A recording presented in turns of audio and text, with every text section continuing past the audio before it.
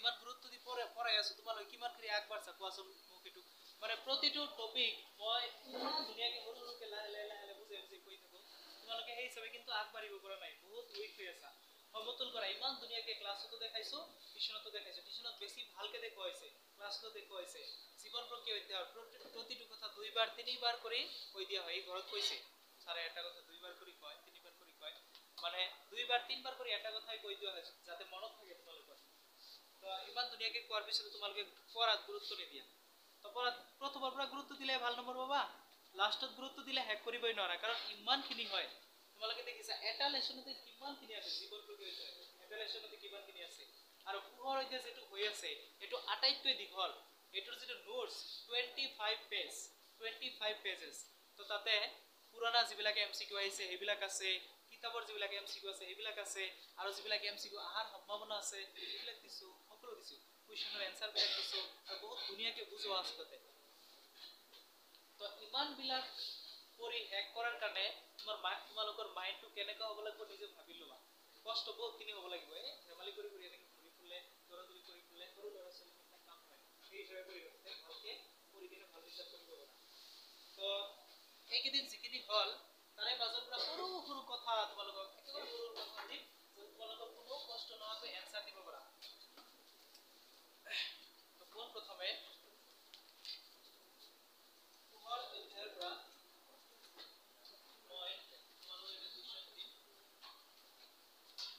তোমালোকক প্ৰথমতে যেতিয়া আৰম্ভ কৰিছিলো তেতিয়া মই তোমালোকক কৈছিলো পোহৰ কি বস্তু মনত আছে নে পোহৰ কি হয় পোহৰ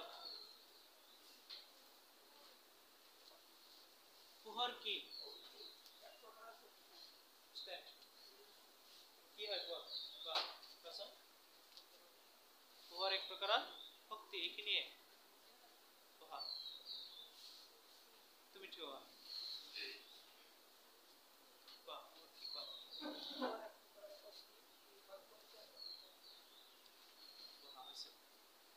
তেওঁ কৈছে পোহৰ কি পোহৰ হল কিছুমান উষ্ণ বস্তু যেনে সূৰ্য টৰ্চ লাইট ইত্যাদিয়ে নিৰ্গমন কৰা এক প্ৰকাৰৰ শক্তি যিয়ে তৰংগ আৰু কণিকা দুয়ো ধৰণৰ কি দেখুৱায় ধৰ্ম দেখুৱায় গতিকে পোহৰ এইবিলাক কিন্তু এতিয়া আৰু নিলিখিবা পোহৰ হল কিছুমান উষ্ণ বস্তু যেনে টৰ্চ লাইট সূৰ্য ইত্যাদিয়ে নিৰ্গমন কৰা এক প্ৰকাৰৰ শক্তি যিয়ে কণিকা আৰু তৰংগ দুয়ো প্ৰকাৰৰ ধৰ্মই দেখুৱায় এইটো আছিল পোহৰ আৰু পোহৰে কি নকৰে পোহৰ দেখা নাযায় পোহৰ নিজে দৃশ্যমান নহয় কিন্তু পোহৰে আন বস্তুবোৰক দৃশ্যমান কৰায় পোহৰ নিজে দৃশ্যমান নহয় কিন্তু পোহৰে আন বস্তুবোৰক দৃশ্যমান কৰায় আন বস্তুবোৰক দেখাত সহায় কৰে এইটো আছিল পোহৰ নাই এতিয়া তাৰ পিছতে পোহৰৰ বিভিন্ন ধৰ্ম আছে সেই ধৰ্মবিলাক তোমালোকক কোৱা হৈছিল যেনেকা পোহৰৰ কি আছে প্ৰতিফলন আছে পোহৰৰ প্ৰতিহৰণ আছে পোহৰৰ অপৱৰ্তন আছে তো তোমালোকে তাৰে পৰা পোহৰৰ যেটো নেকি প্ৰতিফলন সেইটো কি হয় যিকোনো এজনে মোক এনসাৰ দিবা তাৰ কাৰণে আমাৰ তোমালোকৰ মাজৰ পৰা যিকোনো এজনে ক'বা প্ৰতিফলন কি হয় পোহৰৰ প্ৰতিফলন এইটো তোমালোকে সৰু ক্লাছতো পঢ়িছা এনসাৰটো আমাৰ ইফালৰ পৰা প্ৰথম বেঞ্চৰ পৰা সালেমাই ক'ব ওকে মাজৰজনে কি হয় তুমি সালেমাই পোহৰৰ প্ৰতিফলন কাক বোলে কোৱা গুড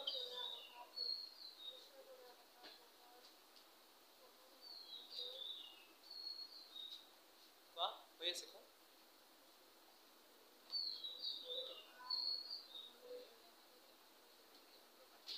তোমাৰ অলপ হৈছে কিন্তু সম্পূৰ্ণ শুদ্ধ নাই বহা যি হওক চেষ্টা কৰিছে বহুত দিন আগত হৈছিল এতিয়া আমাৰ ৰেশমিনে এনসাৰ দিব ৰেশমিনা ঠিক হোৱা ষ্টেণ্ড কোৱা তুমি কোৱা পোহৰৰ প্ৰতিফলন কাক বোলে কোৱা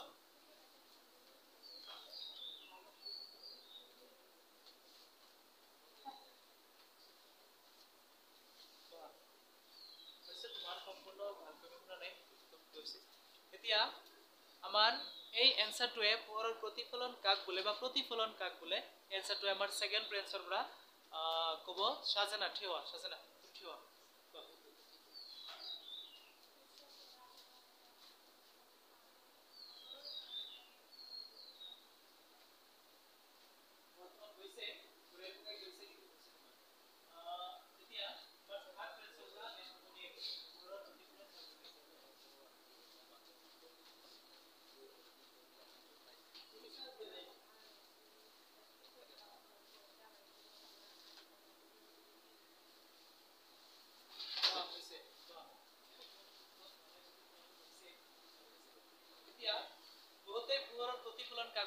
কৈছে মই আকৌ দুনিয়াকৈ হেকবাৰৰ কাৰণে কৈ দিছো পোহৰৰ প্ৰতিফলন কাক বোলে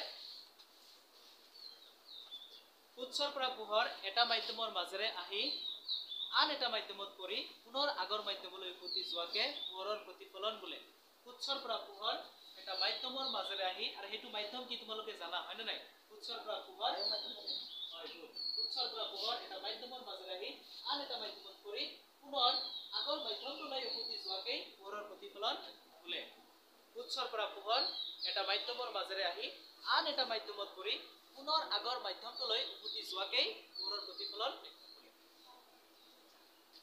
এতিয়া প্ৰতিফলনৰ পিছতে আছিল পোহৰৰ প্ৰতিহৰণ এতিয়া প্ৰতিহৰণ এই আনসাৰটো তোমালোকৰ মাজৰ পৰা এনসাৰটো মই বিচাৰিম তোমালোকে যিখিনি ধেমালি কৰি পঢ়ি আছা প্ৰথমৰ পৰা হেনেকে কিন্তু ভাল ৰিজাল্ট নহব আশা এনেকে নহয় তুমি কি বেলবন তুমি কোৱা পোহৰৰ প্ৰতিহৰণ কাক বোলে প্ৰতিহৰণ ওকে কোৱা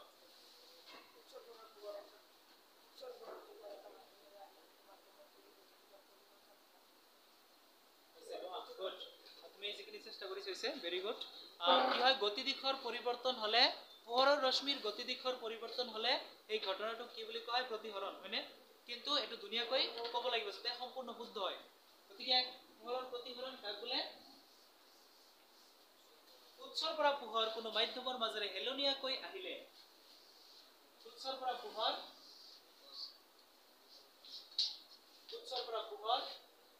কোনো মাধ্যমৰ মাজেৰে কেনেকৈ আহিলে নেকে হেলনীয়াকৈ আহি উৎসৰ পৰা পোহৰ কোনো মাধ্যমৰ মাজেৰে হেলনীয়াকৈ আহি আন এটা মাধ্যমত পৰিলে আনটো মাধ্যমত পোহৰৰ ৰশ্মিৰ গতি দিশৰ পৰিৱৰ্তন হয় এনেকৈ আহিব লাগিছিল গতিৰ দিশটো এনেকৈ আছিল এনেকৈ আহিছিল গতিৰ দিশ এনেকৈ আছিল কিন্তু আনটো মাধ্যমত যেতিয়া পৰিছে গতি দিশৰ কি হৈ গৈছে পৰিৱৰ্তন হৈ গৈছে প্ৰথম মাধ্যমৰে যেতিয়া পোহৰ আহি আছিল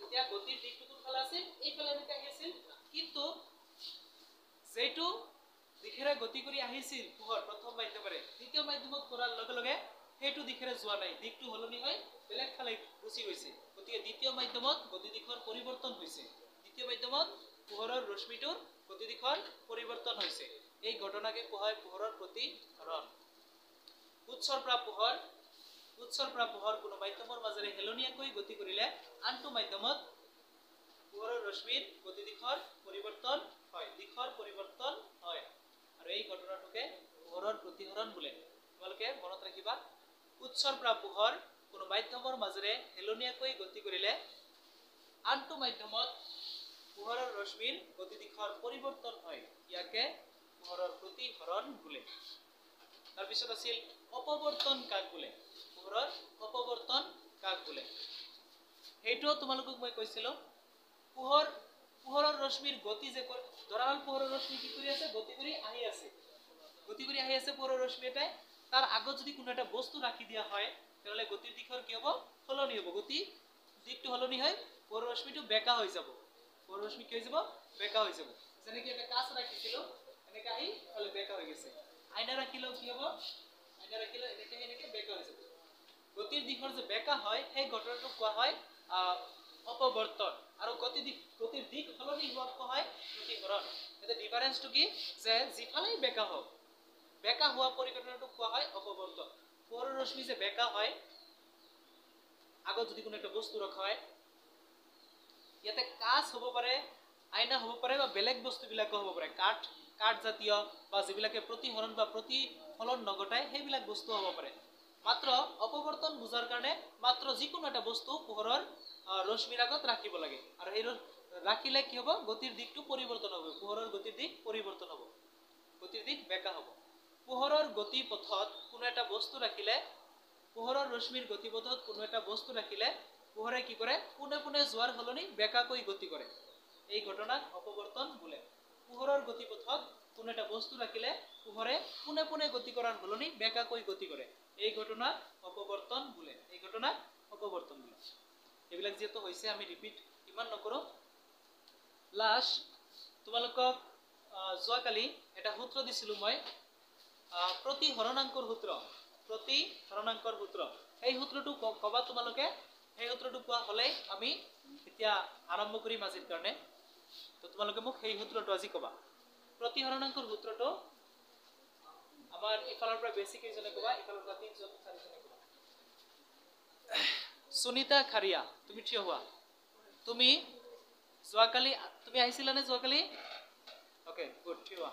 প্ৰতিহৰণাংকৰ সূত্ৰ কোৱা।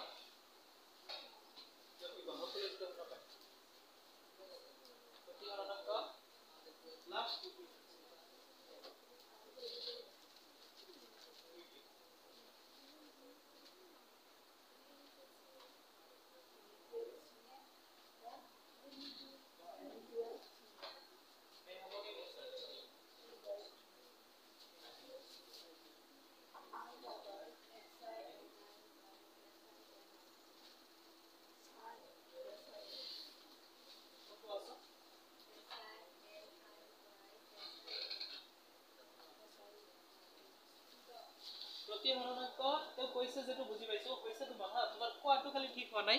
প্ৰতিহৰণাংক সমান সমান মই লিখিছিলো ফাৰ্ষ্টত sin i by sin r, এটো প্ৰতিহৰণাংকৰ সূত্ৰ হয়। লগতে এটোৰ লগত লাষ্টত মিলাই কিনে আৰু এটা সূত্ৰ লিখিছিলো। লাষ্ট যেটো সূত্ৰ হেটো আমাৰ অংক কৰাতে লাগে, তো তোমালোকে হেটো কবা। এটো হৈছে গতিকে প্ৰতিহৰণাংক সমান সমান মই লিখিছিলো sin i by sin r, এনেকে কবা sin s i n sin i by sin r, এটো আছিল প্ৰতিহৰণাংকৰ সূত্ৰ। লাষ্ট এটোৰ লগত সমান সমান কৰিছিলো কি c by v, c by v। তো এটো আমি হলনি কৰি দিছিলো, sin i হলনি কৰিছো c দি, sin r হলনি কৰিছো v দি। গতিকে আমি হেতত কি পাইছো c by v। গতিকে প্ৰতিহৰণাংক সমান সমান c by v। প্ৰতিহৰণাংকৰ সূত্ৰ হ'ল প্ৰতিহৰণাংক সমান সমান c by v। আৰু প্ৰতিহৰণাংকক আমি এটা আখৰেৰে হলনি কৰিছিলো। হেতু আখৰ কি আছিল? Anybody n। গতিকে n equal c by v, এটো হ'ল আমাৰ প্ৰতিহৰণাংকৰ লাষ্ট সূত্ৰ। এটো দিয়ে আমাৰ অংক কৰিব লাগিব। প্ৰতিহৰণাংকৰ সূত্ৰ n equal c by v। কোনোবাই সুধিলে তোমালোকে হেতুৱে ক'বা n equal c by v, c by v।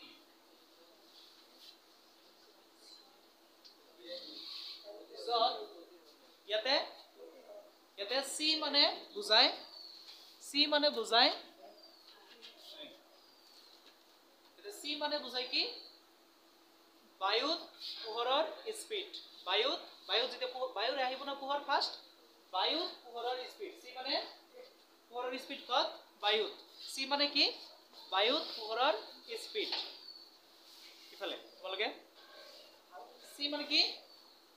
C মানে বায়ুত পোহৰৰ স্পীড। কাৰণ পোহৰ প্ৰথমতে বায়ুৰে আহিব, পোহৰ প্ৰথমতে কিহেৰে আহিব? বায়ুৰে আহিব। গতিকে C মানে কি বায়ুত পোহৰৰ স্পীড। আৰু V মানে কি বায়ুৰে পোহৰ আহাৰ পিছত বেলেগ এটা বস্তু কৰিব, হেতু এটা দ্বিতীয় মাধ্যম হয় না নাই? গতিকে মাধ্যমত পোহৰৰ স্পীড। C মানে বায়ুত পোহৰৰ স্পীড আৰু V মানে মাধ্যমত পোহৰৰ স্পীড। গতিকে C মানে বায়ুত পোহৰৰ স্পীড আৰু V মানে মাধ্যমত পোহৰৰ স্পীড। কাৰণ পোহৰ আহোতে সদায় দুটা মাধ্যমেদি পাৰ হয়। কেইটা মাধ্যমেদি পাৰ হয়? দুটা। প্ৰথমটো মাধ্যম কি বায়ু। গতিকে বায়ু দিয়ে যেতিয়া পোহৰ পাৰ হয় কিমান স্পীডত পাৰ হয় হেতু কোৱা হয় c। c মানে হল বায়ুত পোহৰ আহোতে কিমান স্পীড। আৰু v মানে হল বায়ু দি আহি যে মাধ্যমত পৰিব, মাধ্যমত পোহৰৰ স্পীড কিমান। গতিকে c মানে বায়ুত পোহৰৰ স্পীড, v মানে মাধ্যমত পোহৰৰ স্পীড। c c মানে বায়ুত পোহৰৰ স্পীড, v মানে মাধ্যমত পোহৰৰ স্পীড। আৰু বায়ুত পোহৰৰ স্পীড কিমান? বায়ুত পোহৰৰ স্পীডক অসমীয়াত কোৱা হয় দ্ৰুতি। বায়ুত পোহৰৰ দ্ৰুতি, বায়ুত পোহৰৰ স্পীড, বায়ু বতাহ, বায়ুত পোহৰৰ স্পীড কিমান? 3 × 10⁸।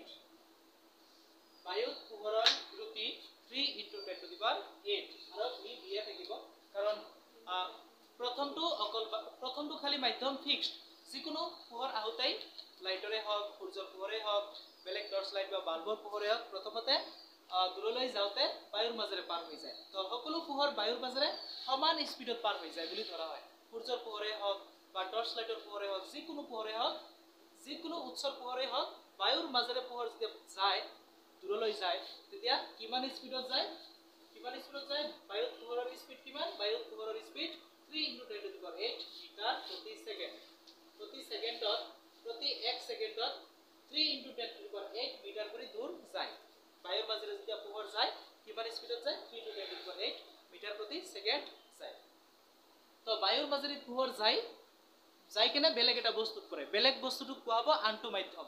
বায়ু হ'ল প্ৰথম মাধ্যম, আৰু প্ৰথম মাধ্যমত পোহৰৰ স্পীড এইটো, c মানে এইটো, আৰু যেটোত পৰিব পোহৰ যায় সেইটো হ'ল দ্বিতীয় মাধ্যম। দ্বিতীয় মাধ্যমটো বেলেগ বেলেগ বস্তু হ'ব পাৰে।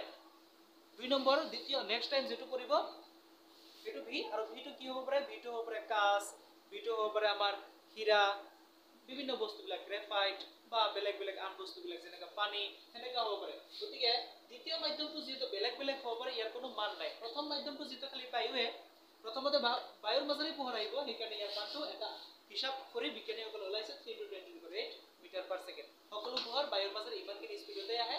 আৰু এইটো হ'ল v বেলেগ বেলেগ মাধ্যম যিহেতু সেইকাৰণে ইয়াৰ মান নাই।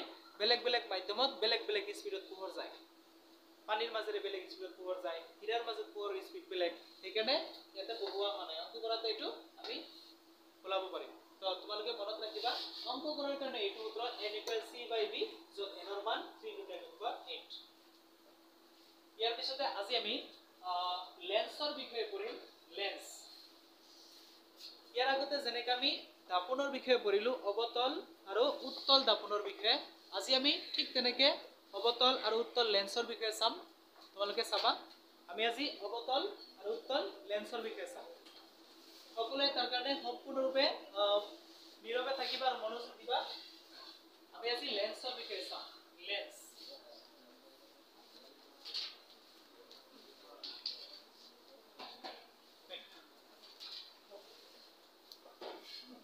চাবা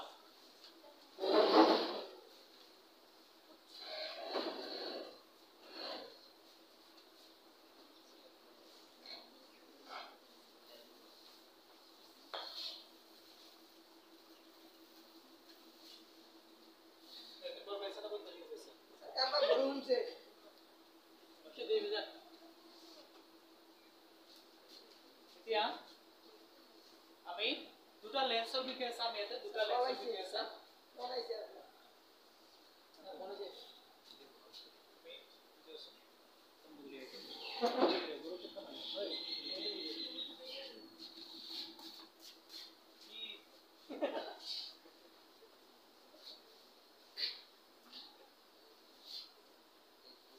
সকলোৱে সম্পূৰ্ণ মনোযোগ দিবা হা।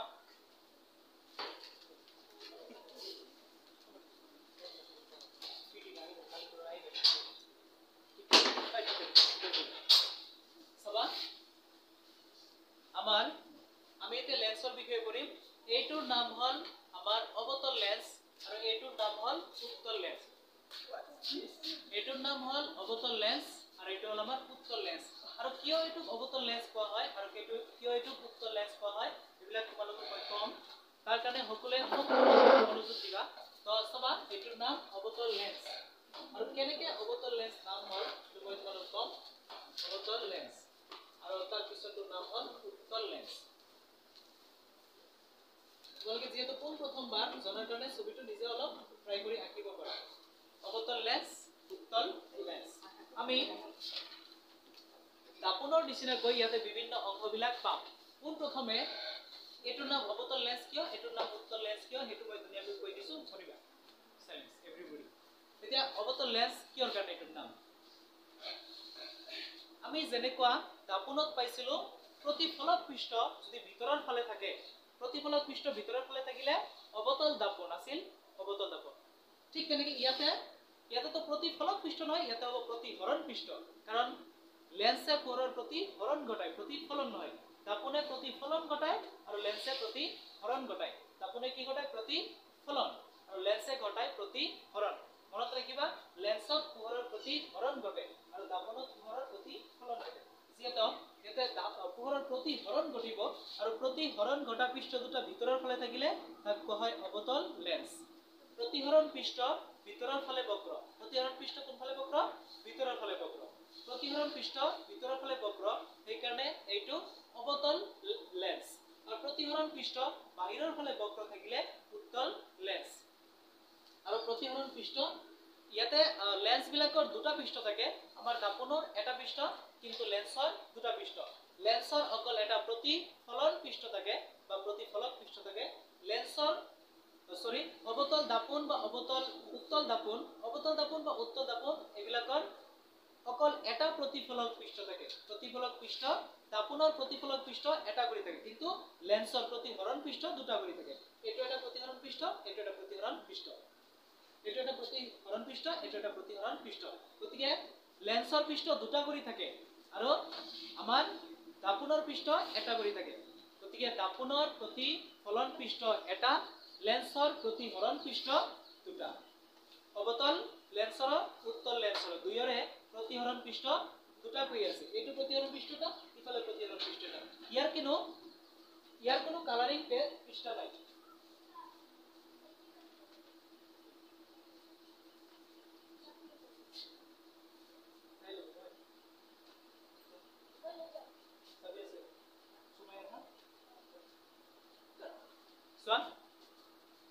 তেনেহলে আমাৰ লেন্সৰ প্ৰতিহৰণ পৃষ্ঠ কেইটা থাকিব? দুটা কৰি প্ৰতিহৰণ পৃষ্ঠ থাকিব। অবতল লেন্স, উত্তল লেন্স দুয়োৰে দুটা কৰি প্ৰতিহৰণ পৃষ্ঠ থাকিব। দুয়োৰে দুটা কৰি প্ৰতিহৰণ পৃষ্ঠ থাকিব। আৰু অবতল লেন্স কাক কয়, উত্তল লেন্স কাক কয়? যিবিলাক লেন্সৰ প্ৰতিহৰণ পৃষ্ঠ ভিতৰৰ ফালে বক্ৰ তাক অবতল লেন্স বোলে। যিবিলাক লেন্সৰ প্ৰতিহৰণ পৃষ্ঠ দুটা বাহিৰৰ ফালে বক্ৰ তাক উত্তল লেন্স বোলে। প্ৰতিহৰণ পৃষ্ঠ বাহিৰৰ ফালে বক্ৰ হলে উত্তল লেন্স, প্ৰতিহৰণ পৃষ্ঠ ভিতৰৰ ফালে বক্ৰ হলে অবতল লেন্স। বা ইয়াক আৰু বেলেগ ধৰণে ক'ব পৰা যায়, ইমান আমি ক'ব নাযাওঁ। তো দেখিছা তোমালোকে, প্ৰতিহৰণ পৃষ্ঠ ভিতৰৰ ফালে বক্ৰ হলে অবতল লেন্স আৰু প্ৰতিহৰণ পৃষ্ঠ বাহিৰৰ ফালে বক্ৰ হলে উত্তল লেন্স। গতিকে এইটো যিহেতু ভিতৰৰ ফালে বেকা আছে, বক্ৰ মানে বেকা, যিহেতু প্ৰতিহৰণ পৃষ্ঠ দুটা ভিতৰৰ ফালে আছে বক্ৰ বা বেকা, সেইকাৰণে এইটো অবতল লেন্স। আৰু এইটো প্ৰতিহৰণ পৃষ্ঠ দুটা বাহিৰৰ ফালে বেকা হৈ আছে, বক্ৰ হৈ আছে, সেইকাৰণে এইটো উত্তল লেন্স। গতিকে তোমালোকে জানিলা। এতিয়া আমি বিভিন্ন অংশবিলাক চাম লেন্সৰ। দুয়োটা লেন্সৰে আমাৰ বিভিন্ন অংশবিলাক আছে, তাৰ কাৰণে তোমালোকে ধুনীয়াকৈ চাবা। এতিয়া আমি মাজত এই লেন্সৰ মাজত এটা বিন্দু ল'ম, এতিয়া এইটোৰ নাম দিয়া হ'ব O, মাজৰ বিন্দুটো O। এই লেন্সৰ মাজত এটা বিন্দু লোৱা হ'ব, এইটোৰ নাম হ'ল O। গতিকে লেন্সৰ মধ্যবিন্দুটো O, আৰু ইয়াক কোৱা হ'ব আলোক কেন্দ্ৰ। আলোক কেন্দ্ৰ, গতিকে O হ'ল আলোক কেন্দ্ৰ। আলোক কেন্দ্ৰ, আলোক কেন্দ্ৰ। গতিকে এইটো যদি আলোক কেন্দ্ৰ, গতিকে এইটো আলোক কেন্দ্ৰ। গতিকে O হ'ল লেন্সৰ এনেকুৱা এটা অংশ O, যেটো একদম লেন্সটোৰ মাজভাগত থাকে আৰু ইয়াক আলোক কেন্দ্ৰ বুলি কোৱা হয়। লেন্সৰ এইটো হ'ল আলোক কেন্দ্ৰ। আৰু কাক বোলে আলোক কেন্দ্ৰ সেইবিলাক আমি কম। এতিয়া ওৰ পিছত আৰু বিভিন্ন অংশবিলাক চাবা। আমি কি কৰিম, ঠিক ওৰ মাজেদি এডাল কি আঁকিম, আমি ৰেখা আঁকিম। ওৰ মাজেদি এডাল আমি আঁচ টানিম বা ৰেখা টানিম। এনেকা ৰেখা টানিলে ঠিক ওৰ মাজেৰে। ইয়াতেও ঠিক আমি ও বিন্দুটোৰ মাজেৰে এডাল ৰেখা টানিম।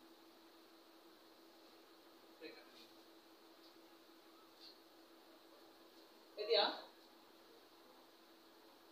ওৰ পৰা একেবাৰে এই শেষৰ মূৰৰ বিন্দুটোক কোৱা হ'ব C। ওৰ পৰা একেবাৰে এই শেষৰ মূৰৰ বিন্দুটোক C বুলি কোৱা হ'ব। ঠিক ইয়াতেও ওৰ পৰা ঠিক এই মূৰৰ বিন্দুটোক C বুলি কোৱা হ'ব। ইয়াতেও ওৰ পৰা একেবাৰে মূৰৰ বিন্দুটোক শেষৰ মূৰৰ বিন্দুটোক C বুলি কোৱা হ'ব। ইয়াতেও এই ওৰ পৰা ইফালে ওৰ পৰা একেবাৰে শেষৰ মূৰৰ বিন্দুটোক C বুলি কোৱা হ'ব। যিহেতু এটা দুটা C দেখা গৈ আছে, এটাক আমি নাম দিম C1 আৰু এটাৰ নাম দিয়া হ'ব C2। এইটো আমাৰ C1, এইটো আমাৰ C2 ঠিক একেদৰে ইয়াতেও C1 C2 তোমালোকে আমাৰ উত্তল দাপন আৰু অবতল দাপনত এটা কৰি C পাইছিলা আৰু C কি আছিল ভাঁজ কেন্দ্ৰ কি আছিল ভাঁজ কেন্দ্ৰ তো দেখা যায় আছে আমাৰ লেন্সত দুটা কৰি C পোৱা যায় মানে দুটা ভাঁজ কেন্দ্ৰ দাপনত ভাঁজ কেন্দ্ৰ এটা কৰি আছিল লেন্সত ভাঁজ কেন্দ্ৰ দুটা ইয়াতেও C মানে ভাঁজ কেন্দ্ৰই হয় কিন্তু ভাঁজ কেন্দ্ৰ দুটা C1 and C2 C1 and C2 গতিকে দাপনৰ দৰে লেন্সৰ ভাঁজ কেন্দ্ৰ এটা নহয় লেন্সৰ ভাঁজ কেন্দ্ৰ দুটা লেন্সৰ ভাঁজ কেন্দ্ৰ দুটা একেদৰে আমি O আৰু C1 ৰ মাজত একেবাৰে মাজত এটা বিন্দু লম ইয়াক ক'ব F ঠিক ইয়াতেও O আৰু C2 ৰ মাজত এটা বিন্দু লম ইয়াক ক'ব F যেহেতু F দুটা হৈ গেল তাক আমি নাম দিম F1 এটো হ'ব আমাৰ F2 গতিকে তোমালোকে দাপনত পাইছিলা F মানে আছিল ফোকাস F মানে আছিল ফোকাস ইয়াতেও F মানে ফোকাস কিন্তু যেহেতু দুটা ফোকাস আছে এটা হ'ব F1 আৰু এটা হ'ব F2 ঠিক একেদৰে আমাৰ উত্তল দাপনত উত্তল লেন্সত O আৰু C2 ৰ মাজত এটা বিন্দু লম একদম ঠিক মাজত এটা বিন্দু লম আৰু O আৰু C1 ৰ মাজত এটা বিন্দু লম O আৰু C1 ৰ মাজৰ বিন্দুটো F ঠিক O আৰু C2 ৰ মাজৰ বিন্দুটোক F বুলি কোৱা হ'ব যেহেতু এটা দুটা F হৈ গল এটা নাম দিম F1 আৰু এটা হ'ব F2 গতিকে আমাৰ উত্তল লেন্সৰ দুটা F থাকিব এটা F1 আৰু এটা F2 আৰু F মানে তোমালোকে জানা ফোকাস গতিকে ইয়াতে দেখা গেল লেন্সৰ দুটাকৈ ফোকাস থাকে আৰু দুটা ভাঁজ কেন্দ্ৰ থাকে ঠিক একেদৰে দুটাকৈ ফোকাস দৈৰ্ঘ্য থাকিব আমাৰ দাপন বিলাকৰ এটা ফোকাস দৈৰ্ঘ্য আছিল কিন্তু লেন্সৰ থাকিব ফোকাস দৈৰ্ঘ্য দুটা কৰি উত্তল লেন্সৰ দুটা ফোকাস দৈৰ্ঘ্য অবতল লেন্সৰ দুটা ফোকাস দৈৰ্ঘ্য আজ আমি এই অবতল লেন্সৰ ফোকাস দৈৰ্ঘ্য চাম অবতল লেন্সৰ কোনখিনি হ'ব ফোকাস দৈৰ্ঘ্য আমাৰ এই যেটুকি মাজৰ O বিন্দু আছে O বিন্দুৰ পৰা আমি একেবাৰে F1 লৈ এডাল ৰেখা টানিম O বিন্দুৰ পৰা F1 লৈ এডাল ৰেখা টানিম এইটো হ'ব আমাৰ F1 তো প্ৰথমটো ফোকাস দৈৰ্ঘ্য ঠিক ইয়াতেও আমি ঠিক O বিন্দুৰ পৰা এই F2 লৈ এডাল ৰেখা টানিম এইটো হ'ব আমাৰ F2 দ্বিতীয় ফোকাস দৈৰ্ঘ্য প্ৰথমটো ফোকাস দৈৰ্ঘ্য O ৰ পৰা F1 লৈ দ্বিতীয়টো ফোকাস দৈৰ্ঘ্য O ৰ পৰা F2 লৈ গতিকে আমাৰ অবতলে হওক বা উত্তল লেন্সে হওক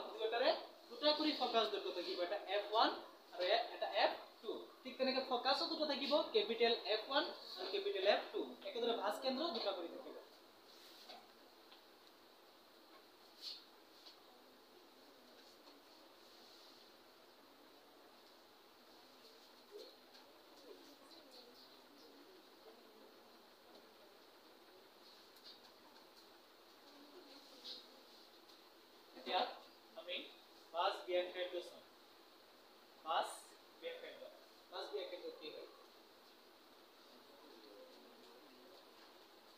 ঠিক আমাৰ এই O পৰা এই C2 লৈ দীঘল এটা ৰেখা আঁকিম O পৰা C2 লৈ দীঘল এটা ৰেখা টানিম আৰু ইয়াক ক'ব R এইটো F2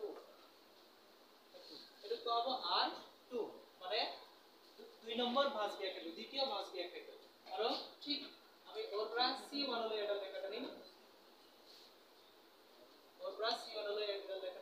ইয়াক ক'ব R1 ঠিক ইয়াতে আমাৰ অবতল লেন্সটো থাকিব অবতল লেন্সটো R1 আৰু R2 থাকিব গতিকে তোমালোকে দেখিছা উত্তল লেন্স আৰু অবতল লেন্সৰ দুটাকৈ ফোকাস দৈৰ্ঘ্য থাকে দুটাকৈ ভাঁজ ব্যাসাৰ্ধ থাকে দুটাকৈ ফোকাস থাকে দুটাকৈ ভাঁজ কেন্দ্ৰ থাকে আৰু মাজত থাকে এটা O আলোক কেন্দ্ৰ এই হল আমাৰ উত্তল লেন্স আৰু অবতল লেন্সৰ বিভিন্ন অংশসমূহ আৰু ইয়াতে আমাৰ নালাগে যে কোনটো কাক বোলে এবিলাক যেটো নাহে আমি ইয়াতে নেই উত্তল লেন্সৰ আৰু অবতল লেন্সৰ O কাক বোলে মানে আলোক কেন্দ্ৰ কাক বোলে ফোকাস দৈৰ্ঘ্য কাক বোলে এবিলাক যেটো নাহে আমি নেই খালি আমাৰ অবতল দাপন আৰু উত্তল দাপনৰে ফোকাস দৈৰ্ঘ্য কাক বোলে ভাঁজ ব্যাসাৰ্ধ কাক বোলে এবিলাক আহিব তোমালোকে এবিলাক মই কৈ দিছো কাক বোলে ইয়াৰে নাহে যে কাক বোলে খালি তোমালোকে অংকবিলাক চিনাক্ত কৰিব লাগিব যে অংক কৰিব পৰা সূত্ৰৰ সহায়ত তো ইতিমধ্যে তোমালোকে অংকবিলাক দেখিলাই এতিয়া আমি অবতল লেন্সৰ আৰু এটা নাম আছে আৰু উত্তল লেন্সৰ আৰু এটা নাম আছে এই নাম দুটা মই তোমালোকক কৈ দিম অবতল লেন্সৰ আৰু এটা নাম হল অপহাৰী লেন্স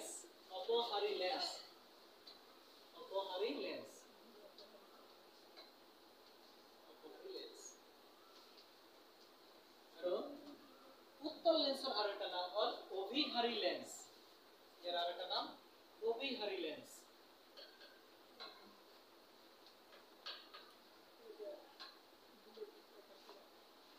অভিহাৰী লেন্স চাইনে নোৱাৰে বুঝাইছেন এইটো লাহে লাহে দেখে তো এইটো অপহাৰী লেন্স অবতল লেন্সক আৰু উত্তল লেন্সক অভিহাৰী লেন্স গতিকে দুয়োৰে দুটা বেলেগ বেলেগ আৰু নাম পালা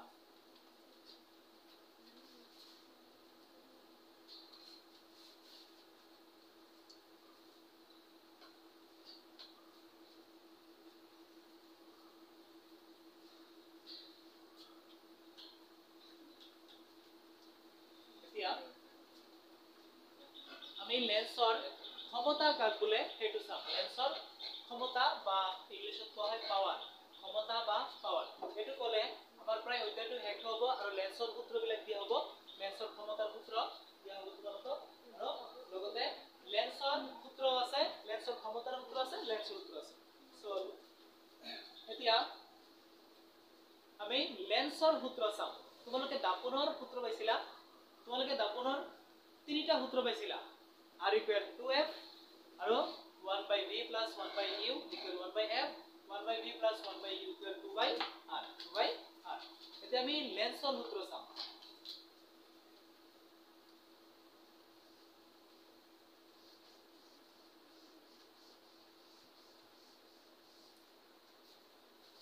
আমি লেন্সৰ সূত্ৰ লিখাৰ কাৰণে দাপোনৰ সূত্ৰটো মনত কৰিব লাগিব আমাৰ দাপোনৰ সূত্ৰটো আছিল 1 by v plus 1 by u equal 1 by f এটো আছিল আমাৰ দাপোনৰ সূত্ৰ এক নম্বৰ সূত্ৰ দাপোনৰ সূত্ৰ আৰু দুই নম্বৰ আছিল দাপোনৰ সূত্ৰ 1 by v plus 1 by u equal 2 by r 2 by r এই দুটো আছিল আমাৰ দাপোনৰ সূত্ৰ লগতে আৰু এটা সূত্ৰ আছিল r equal 2f হেতু দুইটাৰ কাৰণে একেই r equal 2f দাপোনৰ কাৰণে এটো সূত্ৰ লেন্সৰ কাৰণে এটো সূত্ৰ একেই কিন্তু এই দুটা সূত্ৰ লেন্সৰ কাৰণে বেলেগ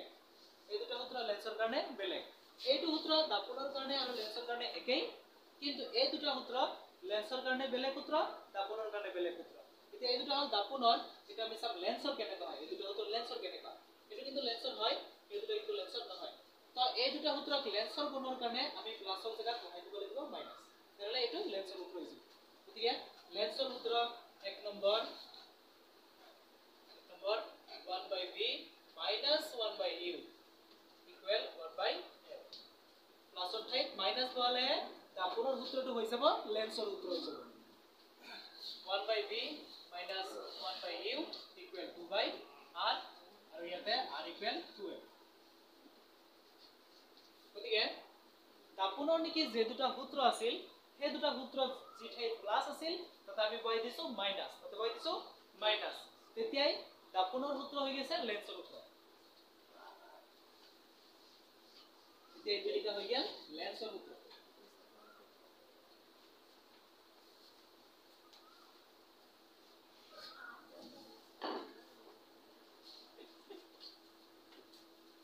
এতিয়া আমি ইয়াৰ পিছতে লেন্সৰ বিবৰ্ধন কাক বোলে হেতু চাম লেন্সৰ বিবৰ্ধন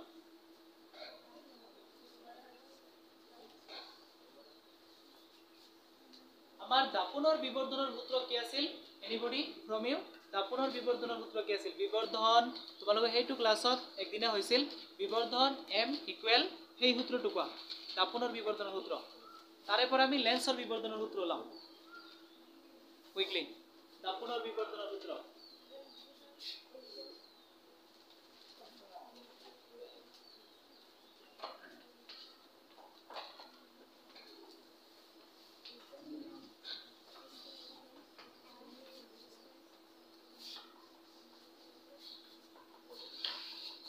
Okay, let's go. Start.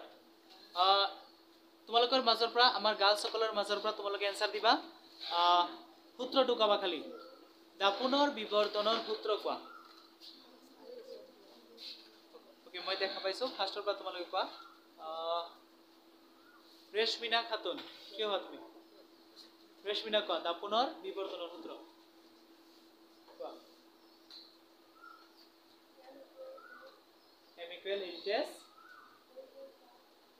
হৈছে কোৱা গতিকে দাপোনৰ বিবৰ্তনৰ সূত্ৰ আছিল m equal h dash by h এটো আছিল দাপোনৰ বিবৰ্তনৰ সূত্ৰ আৰু বিবৰ্তনে কি বুজায় তোমালোকক মই কৈছিলো ফাৰ্ষ্টত কৈছিলো বিবৰ্তন কাক বোলে হেতু মনত কৰাই দিও আকৌ বিবৰ্তন কাক বোলে m মানে এটা বিবৰ্তন আমি বদলাইছিলো বিবৰ্তনক m আখৰে বদলাইছিলো বিবৰ্তনক কি এটো বদলাইছিলো বিবৰ্তন মানে m আখৰ লিখা হয় m মানে বিবৰ্তন বুজায় এতিয়া কাক বোলে বিবৰ্তন তোমালোকক মই কৈছিলো h মানে কি লক্ষ্যবস্তুৰ উচ্চতা h মানে লক্ষ্যবস্তুৰ উচ্চতা বা আকাৰ আৰু h dash মানে প্ৰতিবিম্বৰ উচ্চতা বা আকাৰ গতিকে দেখাই পাইছো তোমালোকে এনেকে লিখা মানে কি 1 আৰু 2 ৰ অনুপাত 1 আৰু 2 ৰ অনুপাত এতে h dash আৰু h ৰ অনুপাত h dash আৰু h ৰ অনুপাত গতিকে h dash মানে হ'ল প্ৰতিবিম্বৰ উচ্চতা এটো মানে হ'ল লক্ষ্যবস্তুৰ উচ্চতা গতিকে প্ৰতিবিম্বৰ উচ্চতা আৰু লক্ষ্যবস্তুৰ উচ্চতাৰ অনুপাতক বিবৰ্ধন বোলে प्रतिबिंबर उच्चता और लक्ष्यबस्तुर उच्चतार अनुपातक विवर्धन बोले तो विवर्धन बोले কিন্তু কলো যে বিবর্ধনে কি বুঝায় বিবর্ধনে বুঝায় যে এই লক্ষ্যবস্তুটোৰ তুলনাত নতুনকৈ যেটো প্ৰতিবিম্ব সৃষ্টি হল হেতু ডাঙৰ নে সৰু তাকে বুঝায় গতিকে লক্ষ্যবস্তুৰ তুলনাত নতুনকৈ সৃষ্টি হোৱা প্ৰতিবিম্বটো আকাৰত ডাঙৰ নে সৰু লক্ষ্যবস্তুৰ উচ্চতাৰ তুলনাত প্ৰতিবিম্বটো উচ্চতাত কিমান গুণে ডাঙৰ বা সৰু তাকেই বুঝায় বিবৰ্ধনে এটো আছিল বিবৰ্ধনৰ সূত্ৰ আৰু তোমালোকে দেখা পাইছিলা বিবৰ্ধনৰ সূত্ৰৰ লগত আৰু এটা নতুন সূত্ৰ মই জয়েন কৰিছিলো m equal h dash by h equal এটো কি আছিল কোৱা এনিবডি equal এটা চিহ্ন আছে minus b by q okay এটো হল সম্পূৰ্ণ বিবৰ্ধনৰ সূত্ৰ এতিয়া আমি লেন্সৰ বিবৰ্ধনৰ সূত্ৰত ঠিক একেদৰে আমি আগবাঢ়িম লেন্সৰ বিবৰ্ধনৰ সূত্ৰত আমি এইখিনি সেমে লিখিম লেন্সৰ বিবৰ্ধনৰ সূত্ৰত এইখিনি আমি সেমে লিখিম কিন্তু এই যত মাইনাস v by u আছে ইয়াতে মাইনাসৰ ঠাইত প্লাস মাইনাসৰ ঠাইত প্লাস গতি লেন্সৰ বিবৰ্ধনৰ সূত্ৰ হ'ব m equal h dash by h equal plus v by u তাতে প্লাস কি হয় প্লাস কি হয় নাজানো মানে আমি কি কৰিম যত দাপোনৰ মাইনাস আছিল তাতে লেন্সৰ লিখিম প্লাস v by u জানিলে ইমান কটে m equal h dash by h equal plus v by u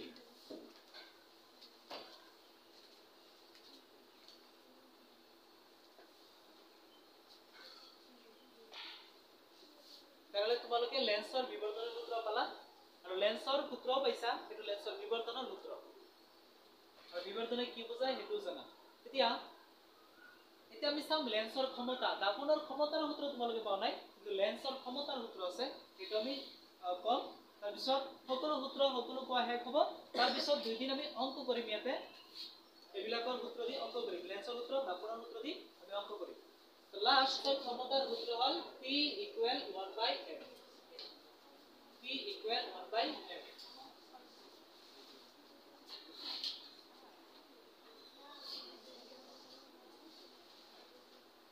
এটো হল ফোকাস দৈৰ্ঘ্যৰ ব্যস্তানুপাত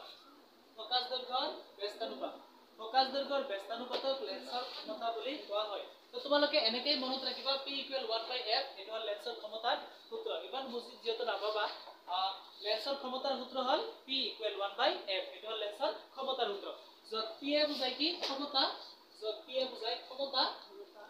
আৰু f এ বুজায় ফোকাস দৈৰ্ঘ্য আৰু ওপৰত আছে 1 ফোকাস দৈৰ্ঘ্য ওপৰত আছে 1 কিন্তু তোমালোকে যদি এনেকৈ লিখা তাহলে কিন্তু সূত্ৰ নহব ক্ষমতাৰ সূত্ৰ নহব p equal 1 f লিখলে কিন্তু নহব p equal 1 by f এটো হল লেন্সৰ ক্ষমতাৰ সূত্ৰ যত p মানে ক্ষমতা লেন্সৰ আৰু f মানে ফোকাস দৈৰ্ঘ্য আৰু তোমালোকে কিন্তু এনেকৈ যদিও লিখা তথাপি কিন্তু নহব কাৰণ a to f নহয় কোনটো f সৰু f 1 by p equal 1 by small f 1 2 1 1 কত আছে 1 2 আগতে আছে ইকুয়াল 1/f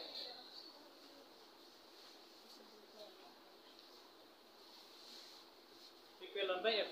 তো আমাৰ একেবাৰে শেষত এইখিনি আছিল লেন্সৰ ক্ষমতালৈকে আছিল একেবাৰে শেষত। তো আমি লেন্সৰ ক্ষমতালৈকে শেষ কৰিলো। তো আমি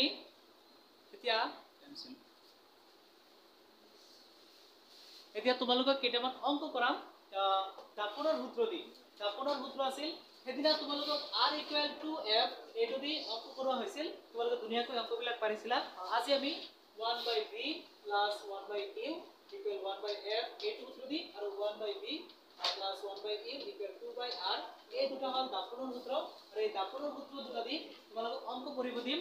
তাৰ কাৰণে অংক কৰিবলৈ তোমালোকে যেটো নেকি তোমালোকক সূত্ৰ দিয়া হৈছে অল ইউ, এই সূত্ৰটো তোমালোকে মনত ৰাখিব লাগিব। অল ইউ সূত্ৰত অল মাইনাস আৰু হল ইউ মাইনাস। অবতল দাপোন হলে u v f r all minus u v f r all minus. যদি প্রশ্নটোত দাপোনৰ নাম থাকে অবতল দাপোন তাহলে ইউ ভি এফ আৰ অংক কৰোতে এবিলাকৰ আগত কি দিব লাগিব মাইনাস দিব লাগিব। আৰু যদি কি থাকে উত্তল দাপোন খালি কি দিব লাগিব মাইনাস ইউ মাইনাস, বাকি কিটা প্লাস। এই সূত্ৰটো কিন্তু মনত ৰাখিলে তোমালোকে ধুনীয়াকৈ আমাৰ অবতল দাপোন আৰু উত্তল দাপোনৰ অংকবিলাক কৰিব পাৰিবা। তাৰ কাৰণে পোনপ্ৰথমে মই এটা অংক তোমালোকক কৰি দেখাই দিম প্ৰেক্টিস হিচাপে, তাৰপিছত তোমালোকে বাকি অংকবিলাক কৰিবা। কাৰণ যেহেতু তোমালোকে অংকবিলাক অলৰেডি তোমালোকে নোটছত পাবাই, বহুত অংক আছে তাতে, গতিকে ইয়াতে প্ৰেক্টিস কৰি বুজাবহে লাগিব।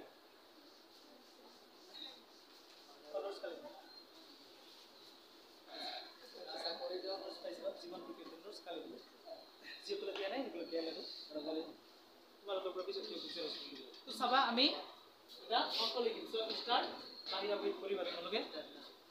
ৰাইট, অবতল দাপোন এখনৰ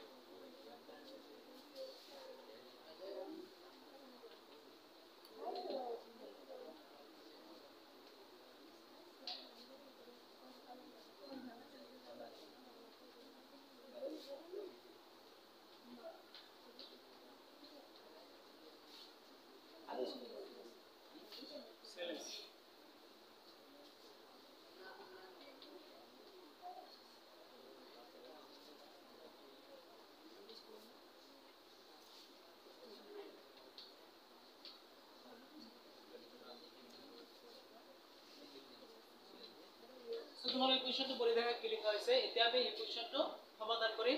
তাৰ কাৰণে প্ৰথমতে কোৱেশ্চন বুজিব লাগিব, তাৰ পিছতে সমাধান কৰিব পৰা যাব। তো তাৰ কাৰণে মই তোমালোকক এইটো বুজাৰ কাৰণে ছবি আঁকি দেখাই দিম। সোনকালে কোৱেশ্চনটো লিখা মনোযোগ ভালকে দিলে এইবিলাক অংক গম পাবা তোমালোকে, নহলে এইবিলাক কিন্তু টান আছে। এবাৰ বুজি নাপালে তাৰ বাদ পৰি থাকিব।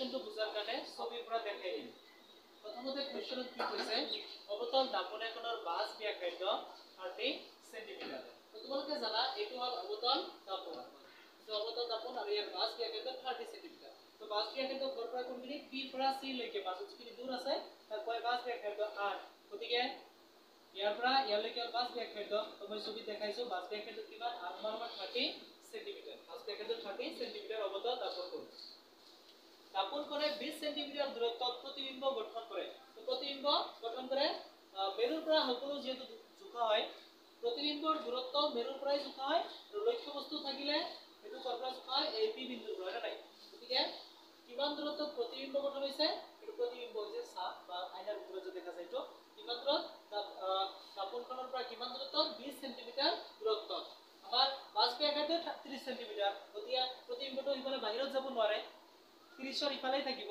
20 তো ইয়াৰ পৰা ইয়ালৈকে হ'ল 20 তাৰ দূৰত্ব মেৰুৰ পৰা এই যে লক্ষ্য বস্তু প্ৰতিবিম্বৰ দূৰত্ব কিমান সেন্টিমিটাৰ = 20 সেন্টিমিটাৰ গতিকে দাপনৰ পৰা প্ৰতিবিম্বৰ দূৰত্ব দাপনৰ মেৰুৰ পৰা প্ৰতিবিম্বৰ দূৰত্ব 20 সেন্টিমিটাৰ মানে 20 সেন্টিমিটাৰ দূৰত্বত প্ৰতিবিম্ব গঠন হৈছে দাপনৰ মেৰুৰ পৰা 20 সেন্টিমিটাৰ দূৰত্বত प्रतिबिंब गठन হৈছে উপৰ ফালে লক্ষ্য বস্তু থাকে प्रतिबिंब কোন পৰা থাকে নেগুল থাকে प्रतिबिंब তল ফালে আমি কাটি দিয়া হয় प्रतिबिंब তল ফালে আমি কাটি দিয়া হয় লক্ষ্য বস্তু এটা নাই লক্ষ্য বস্তু কিমান দূৰত আছে এটা ওলাব লাগে प्रतिबिंबহে আছে আমাৰ হেতু দিয়া আছে লক্ষ্য বস্তু আমাৰ নাই ওকে আমাৰ লক্ষ্য বস্তু নাই লক্ষ্য বস্তু দূৰত্ব নাই प्रतिबिंबহে আছে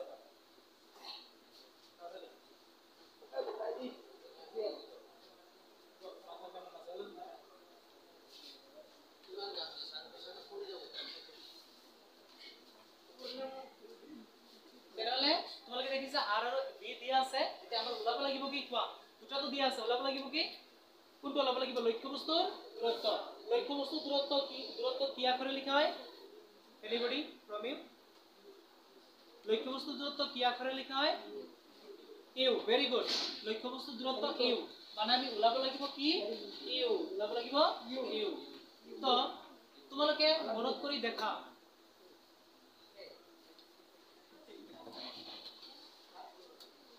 মনত কৰি দেখা UVR আৰু এই তিনিটা থাকা সূত্ৰ কোনটো আছে UVR তিনিটা থাকা সূত্ৰ কোনটো আছে দাপনৰ সূত্ৰ কোনটো আছে সেইটো আমি ব্যৱহাৰ কৰিব লাগিব কোনটো UVR তিনিটা আছে কোনটো সূত্ৰত এইটো আমি ব্যৱহাৰ কৰিম 2 নম্বৰ গুড আমি v + 1/u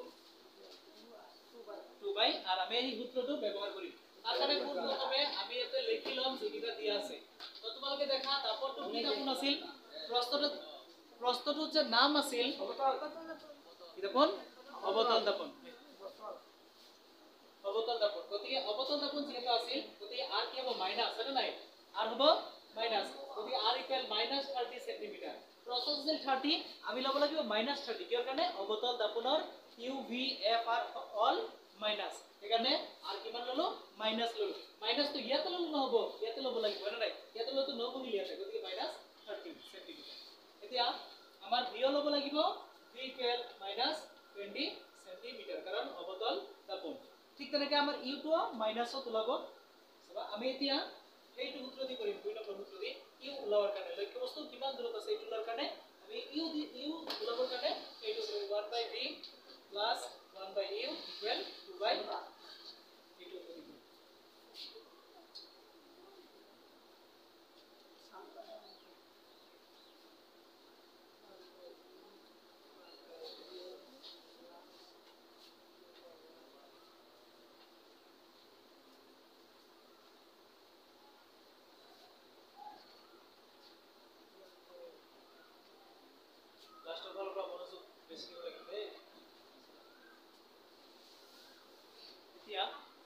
আমি ইয়াতে যিবিলাক দিয়া আছে b আছে ইয়াতে b বহাই দিম r আছে r বহাই দিম r কিমান আছে 30 -30 আৰু b কিমান আছে -20 তে বহাই দিয়া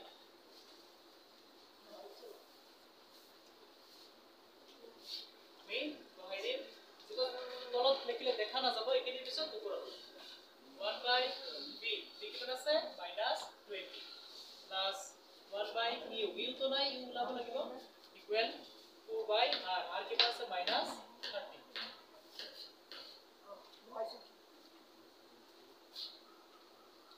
1 by u এটা থাকিব 1 by u প্লাস পুরোবার আগত লিখিলেও মনে মনে প্লাস থাকা বুঝায় গতিকে আমি প্লাস 1 by u নিলিখো সিধা 1 by u লিখিম তার মানে মনে মনে প্লাস আছে কিন্তু মাইনাস থাকিলে মাইনাস লিখিবই লাগিব মাইনাস নেলিখিলে মনে মনে থাকা নবুঝায় গতিকে এইটো সব মাইনাস 1 by 20 সমান চিহ্নৰ বাওফালে আছে মাইনাস 1 by 20 সমান চিহ্নৰ বাওফালে মাইনাস 1 by 20 আছে এইটোক আমি বাওফালৰ যদি গুফালে লৈ যাও এটো মাজত সমান চিহ্ন আছে সমান চিহ্ন যদি গুফালে লৈ যাও মাইনাস টো হৈ যাব প্লাস ইফালে মাইনাস থাকিলে সমান চিহ্নৰ এইটো ফালে মাইনাস থাকিলে এইটো ফালে লৈ গলে হৈ যাব প্লাস তো 2 by minus 30 এটা হৈ যাব 1 by 20 by plus 1 by minus 2 again plus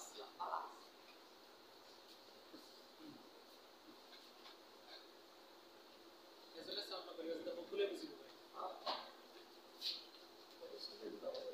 1 by m এতিয়া ইয়াৰ তলত আছে 30 ইয়াৰ তলত আছে 20 বেলেগ বেলেগ আছে তো আমি বেলেগ বেলেগ এনেকৈ থাকিলে নহব আমি তলত একেই কৰিব লাগিব সেম হ'ব লাগিব তাৰ কাৰণে এতিয়া তোমালোকে কো আমি কি কৰিব লাগে লহাগু লব লাগিব তলত বেলেগ বেলেগ থাকিলে একেই কৰিবলৈ আমি যেটো কৰিব লাগে এটো কোৱা হয় লহাগু লোৱা কি লব লাগিব লহাগু কেনেকৈ লব লাগিব এটোত আছে 20 এটো আছে 30 তাৰ কাৰণে আমি এটা বাকস বনাম এনেকৈ কৰি ধুনীয়াকৈ বাকস বনাই এতে লিখিম 30 এতে লিখিম 20 কি চাম দুয়োটাকে একেই কি সংখ্যাৰে হৰণ যায় 2 15 বাৰ 2 10 বাৰ আৰু এবাৰ আমি 5 3 গুণ 15 5 2 গুণ 10 এতিয়া আমি আৰু হৰণ কৰিব নোৱাৰো ইয়াতে 3 দি যায় 2ত না যায় দুয়োটা গেলেহে হৰণ কৰিব পৰা যায় এতিয়া এই দুয়োটা তো একেই সেম সংখ্যাৰে না যায় দেখিবা আমি এটা 3 দিলে 3 ক যাব 2 তো না যায় গতিকে একৰে আৰু না যায় এখিনি থাকিব এইকিটা আমি কি কৰি দিম একলগে পূৰণ কৰি দিম এইকিটা একলগে পূৰণ কৰি দিম 5 2 গুণ 10 10 3 গুণ 30 30 2 গুণ 60 গতিকে এই দুয়োটাৰ লহাগু হৈ গল 60 এতিয়া আমি ইয়াৰ তলত 60 লিখি দিম বাট 60 গতিকে আমি দুটা একেই কৰিলো 60 লহাগু ললে দুটা একেই হৈ যায় 60 হল এতিয়া আমি তো একেই কৰিলো এতিয়া চাব লাগিব ইয়াক কিহেদি পূৰণ কৰিলে 60 হয় 2 30 গুণ 60 আৰু 20 ক কিহেদি পূৰণ কৰিলে 3 20 3 গুণ 60 এটা 2 পূৰণ কৰিছো 60 হৈছে এটাও 2 পূৰণ 2 2 গুণ এটা মাইনাস 2 2 গুণ 4 প্লাস এটা 3 পূৰণ এটা 3 এটা 3 গুণ 3 তলত যেটো পূৰণ ওপৰত এইটো পূৰণ তাৰ কাৰণে আমি এনেকৈ কৰিছো 2 গুণ মাইনাস 4 আৰু 3 গুণ 3 1 by u ডাঙৰটোৰ আগত মাইনাস চিন আছে আৰু সৰুটোৰ আগত প্লাস চিন আছে কিন্তু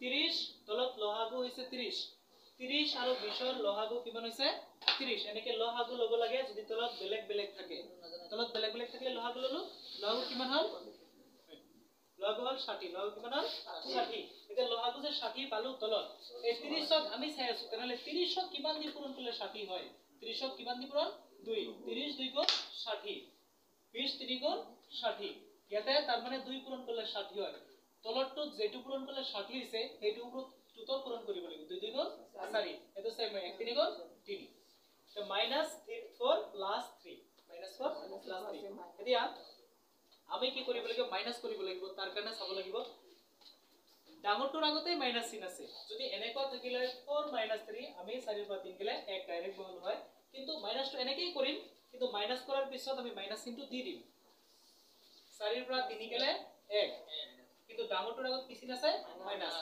মাইনাস কৰাৰ পিছত ডাঙৰটোৰ আগত যদি মাইনাস থাকে এটো দি দিব লাগে কিন্তু সৰুটোৰ আগত মাইনাস থাকিলে এটো দিব নালাগে 4 পৰা 3 গলে 1 এটো দিয়া নাই সৰুটোৰ আগত মাইনাস চিন আছে এটা দিয়া নাই কিন্তু ইয়াতে মাইনাস কৰাৰ পিছত দি দিছো মাইনাস চিনটো কাৰণ কোনটোৰ আগত মাইনাস চিন আছে ডাঙৰটোৰ আগত মাইনাস চিন আছে তলত হ'ব 60 এটা আমি কি কৰিম দুটা উল্টাই দিম এটো উল্টাই দিম এটো উল্টাই দিম এটো উল্টাই দিলে এক তলত যাব এটো উল্টাই দিলে এক তলত যাব আৰু -60 এই মাইনাসটো ইয়াতে লিখি ইয়াতে লিখিলে একেই কথা মাইনাস তলৰটো উপৰত লিখিব পৰা যায় আৰু তলৰ মাইনাস উপৰত লিখিব পৰা যায় ওপৰৰ মাইনাস তলত লিখিব পৰা যায় তো আমি ইয়াতে আছিল মাইনাসটো ইয়াতে দি দিলো তোমালোকে বুজি পোৱা তো আমি উল্টাই দিম দুইফালে উল্টাই দিয়া ইফালে উল্টাই দিলে ইউ 1 তলত আহিব ইফালে উল্টাই দিলে 1 তলত আহিব 1 তলত আহিলে লিখিব নালাগে দুইফালৰ পৰা 1 কেনসেল কৰি দিয়া হয় তো u equal -60 centimetre d equal -60 centimetre আমি পাই গলো